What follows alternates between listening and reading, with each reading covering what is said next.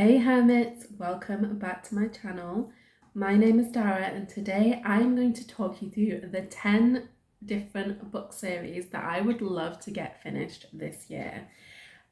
Towards the end of 2021, I started keeping track of all of the series that I've read and am reading, and let me tell you, there were a lot. I started that little endeavour with about 75-ish series that I'd made a start on. But do you know what? I decided to get real with myself. A lot of those things were things I'd read the first book of and, enjoyed it a reasonable amount, but didn't feel any huge push to pick up any additional books in the series. So I've gone through, I've decluttered that list, and I am now at 33 series in progress. That's still quite a lot, so I'm going to aim to read about a third of those this year. So I want to try and finish 10 of those series. Some of these on my list I've read multiple books from, some I've only read one from, some I've read one from and want to reread that first one because I can't remember what happened. But I'm going to talk you through the top 10 now. And I will say that these cross many genres, many vibes, many just different things. So hopefully, because I'm such a mood reader, I'll always feel inclined to be picking books up from these series I want to finish. Anyway, preamble done, let's dive into the series in question. So first of all, and this is probably freshest in my mind because it's the last one that I started it last week, which is the Hoops series by Kennedy Ryan. If you've seen any of my recent videos gushing about Kennedy Ryan's books, you will know that she is a recent discovery of mine and definitely a new favourite romance author. And the Hoop series tells, I believe it's like they're all standalone. I've only read the first book. They're standalone, but with some overlap. So the characters of the future novels feature in the first one, and like people are friends with everyone. So it's the love stories of basketball players and their significant others, essentially. I read the first one and it is one of the best books that I have read, one of the best romances I've probably read ever. So I knew that I would be diving into the rest of this series pretty quickly. And even though it's the most recent one I started, so by all rights it shouldn't be my highest priority to finish, I don't care. I am in the mood for it, so I'm keeping it top of the list. Next, we have the Kiss Quotient series, another romance. I know, don't worry, not all of these series are romance series. The Kiss Quotient series by Helen Huang. I read the Kiss Quotient and the Bride Test last year, loved them both. In fact, I think I read both of those in one sitting. Like it took me one night to read the Kiss Quotient and the same with the Bride Test. And there was one more book to finish out the trilogy, and that is The Heart Principle. And again, these are sort of interconnected standalone books. Like you could read them on their own, but the characters from the different ones feature in all three. So looking forward to that because the first two were such compelling reads. Like I read them so quickly.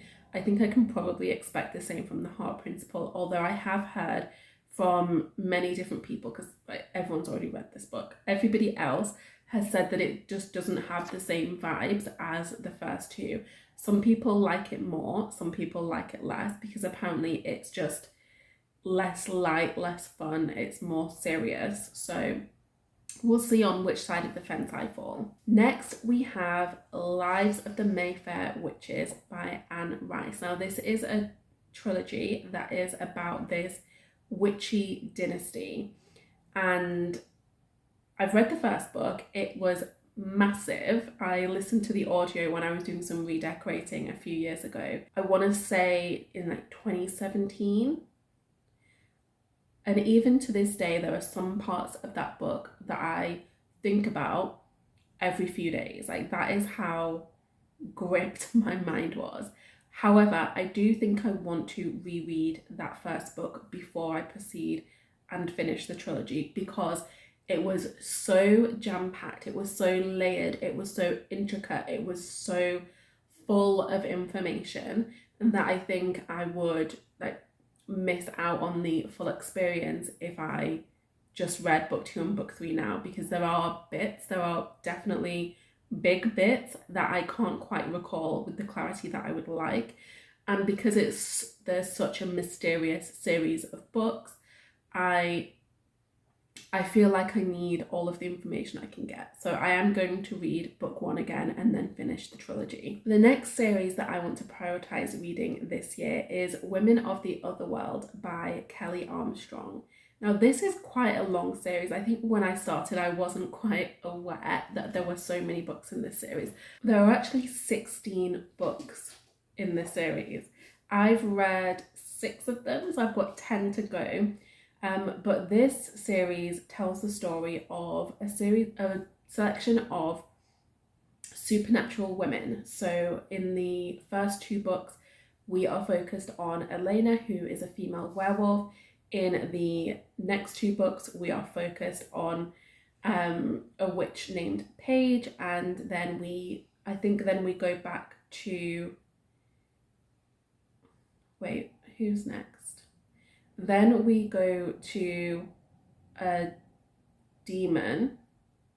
Then I think we're back to Elena, and we like bounce between these different supernatural women. So there are werewolves, there are witches, there are vampires, there are demons, there are necromancers, there are ghosts. It's but it's set in this like urban setting. I believe it's set in Canada.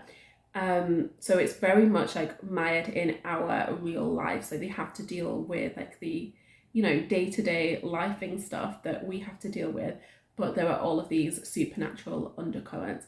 Very, very fun, very, very well written, very, very compelling. Actually inspired the TV show Bitten. So if you've watched that, that took some of the characters and expanded on their story. It doesn't necessarily factor in the breadth of the world or the characters that you get in the series. So if you did like Bitten, then I would definitely recommend reading the book series, because there is just so much more. So much more. Next, we have the T Rose Trilogy by Jennifer Donnelly. And I read the first book, I want to say, God, this was a while ago. Like 2014, I'm going to say. Which is a long, long time ago. Like, this is a long time ago, but still, I remember it distinctly. I remember loving it. I remember crying over it. I remember really feeling the feelings. This is a historical fiction series, and the first book is very much like a rags to riches. We have this poor girl who is poor in terms of money, but poor also in terms of experience. Like, she goes through the ringer, and it's her story, like finding her feet, saving her family, finding love, building a business, all of this good stuff. And then I believe the second 2 books in the series follow her family line. So I think it might be her daughter and then her granddaughter. Don't quote me on that, I'm not 100% sure. But this is another one where I want to read the first book again before I dive into the rest of the trilogy, just because I can't remember everything that happened. Like, I remember key story points, but not everything. So definitely looking forward to diving into that. Then we have A Court of Thorns and Roses. Now, this is a series that I started last year, and then I binged 3 books from the series in February. So I just have A Court of Silver Flames left to go. So this is going to be a really quick one. It's just 1 book remaining. But love the characters, love the world. I've heard that the final book is the best. Like, that seems to be the consensus. So I'm expecting great things. I actually have it in from the library right now, so I should probably start it sooner rather than later. Then we have the Butterfly Garden series by Dot Hutchison. Now, the Butterfly Garden, I didn't know was a series. I thought it was a standalone, and I read it as such. And it's funny, I remember like sort of reading the first chapter, sat on the edge of my bed thinking like, oh, I'm just going to read a chapter, then I'm going to like watch some TV in bed and go to sleep. And I ended up staying, like sat uncomfortably, sat on the like the edge of my bed and read the whole thing in one go. It was that gripping. But it tells the story of this young woman who is kidnapped, and she wakes up in what seems like this really weird world of women who call themselves butterflies, and it's like governed by these men. It's not a fantasy novel, it's actually a thriller. but it was so gripping, so different. I mean, dark and disturbing, but so, so good. And then slightly more recently, I found out that it's actually a series of books. So I snapped them all up on Kindle, and I am going to be diving into those soon. I think I have, I think it's there are 4 in the series altogether, 4 or 5, something like that. And so I have a good few to get my teeth stuck into. But I'm going to save it for a time when I feel like I just want to be gripped by a book, because that is what I'm expecting from the rest of this series. Then we have the All Souls Trilogy by Deborah Harkness. So this is the series that starts with the discovery of witches, which I have listened to. I've listened to the audio. I've also seen season 1 of the show. I definitely want to read the rest of the trilogy, but again, because it has been such a long time since I read A Discovery of Witches, I am going to start from book 1 before continuing throughout the series. Now, if you haven't heard anyone talk about this, this tells the story of a young woman named Diana who comes from a family of witches, but she has very much rejected that heritage. And she is studying at Oxford University, I believe she's writing her thesis, and she is spending her time in the library, like doing her research, and she comes across this manuscript. And unbeknownst to her, this manuscript has been hidden for many, many years. Nobody's been able to get their hands on it, but everyone in the supernatural world wants it.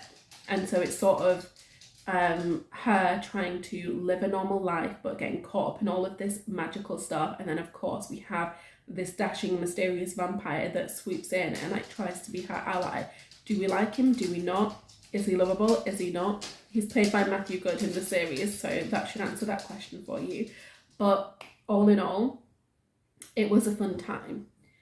I remember like the pacing not being always what I wanted it to be. Like it was a little bit slow, but I don't know if that's because I was listening to the audiobook, and things always just seem a little bit slower for me when I'm listening to the audio. So maybe it'll be different when I read it, and I do plan to read it physically this time. So we will see. The next series that I want to prioritize this year is the Rockton series, also by Kelly Armstrong. So she's also the author who wrote the Women of the Other World series. And this one is another one that is really creative, really inventive. So it tells the story of a town. Now, our main character is this young woman who, like, she's had a little bit of a tumultuous past. She sort of has done some things that she's not too proud of, that were not entirely legal, but, you know, she did them anyway. And there is this thing right at the beginning of the first book where her friend is in trouble. So her friend is in this relationship, this very violent relationship, and needs help escaping. So she goes to our main character and begs her to assist. And what we find out is that there is this opportunity to go and live in this town that is completely off the grid, but you have to apply to go there. You have to have background checks. You have to have some kind of skill to be allowed to live there. And because our main character has experience working in the police force and this town needs a detective, they decide to let the girls in. But they have to go completely off the grid. They're not allowed to stay in contact with anyone. They just have to like go and be in this town for the rest of their lives. And so they do this. They go to this town, which is obviously like very mysterious, and start trying to integrate there. And the society has obviously been very carefully curated. This is supposed to be an entirely safe space. Like nobody criminal gets in, nobody with any shady past gets in. But then things start happening. Somebody dies, is murdered, and our detective lady is obviously trying to figure out what is going on. And she uncovers some like really dark secrets about the town and about the people in it. And it's so much fun, so compelling, so different from anything that I've read before. I've read the first, have I read 2 or have I read 3? I've read 2 or 3, but I know I have 3 or 4 more to go, so that excites me, and I'm really looking forward to finishing those. Again, they were very, very quick reads for me, so I'm going to save them for a time when I just feel that urge to be gripped. And then last but not least, I want to finish the Practical Magic series by Alice Hoffman. Now, Practical Magic is actually one of my favourite films of all time. It's like my comfort watch whenever I'm feeling a bit under the weather. In the past, whenever I was feeling hungover, I used to sit and watch Practical Magic. Love it so much. And I remember actually being really disappointed the first time I read the book because it's so different. The vibes are all different, the characters are very different, just everything about it is different. So I had to really divorce the two in my mind and just decide that Practical Magic the film is not anything to do with Practical Magic the book. And when I made that distinction, I actually started liking it a lot more and proceeded with the series. So I have read Practical Magic, which is the first one. I've also read The Rules of Magic. I have 2 left to go, Magic Lessons and The Book of Magic. What makes this series different is that each book is actually telling a story from further in the past. So we have Practical Magic, which is modern day. Then we have The Rules of Magic, which is the 60s, and then Magic Lessons and The Book of Magic, I believe, tell the story of the ancestors from like the 1700s. I might be wrong there, but that's what I think is happening. So definitely looking forward to that because love anything witchy, love historical fiction, blended together, match made in heaven. So all in all, these are 10 series that I'm genuinely interested in reading. This is not just a, oh, I want to get them off my list kind of situation. I'm not that kind of reader. If there was something that was there just for the sake of being there and getting it finished, I would just delete it. I'm only interested in reading books that I actually want to read. So looking forward to all of these. If you've read any of these series, if you've completed the series, I would love to hear from you in the comments. Like, which one of these should I prioritize first? Tell me. I am open to suggestions. If you've enjoyed this video, please feel free to give it a like. And if you would like to subscribe, go right ahead. I'm not going to stop you. I will see you for my next upload very, very soon. I have something rather exciting planned. While I've been talking through this, I had a crazy idea that I should also film a 10 series I want to start this year video, which of course counteracts all the good work we are doing here. But I could probably think of 10 series that I have either purchased or got on my radar that I would love to dive into this year too. So let me know if you would like to see that in the comments and I will record it for you. Anyway, must run. I will talk to you later. Have a great day.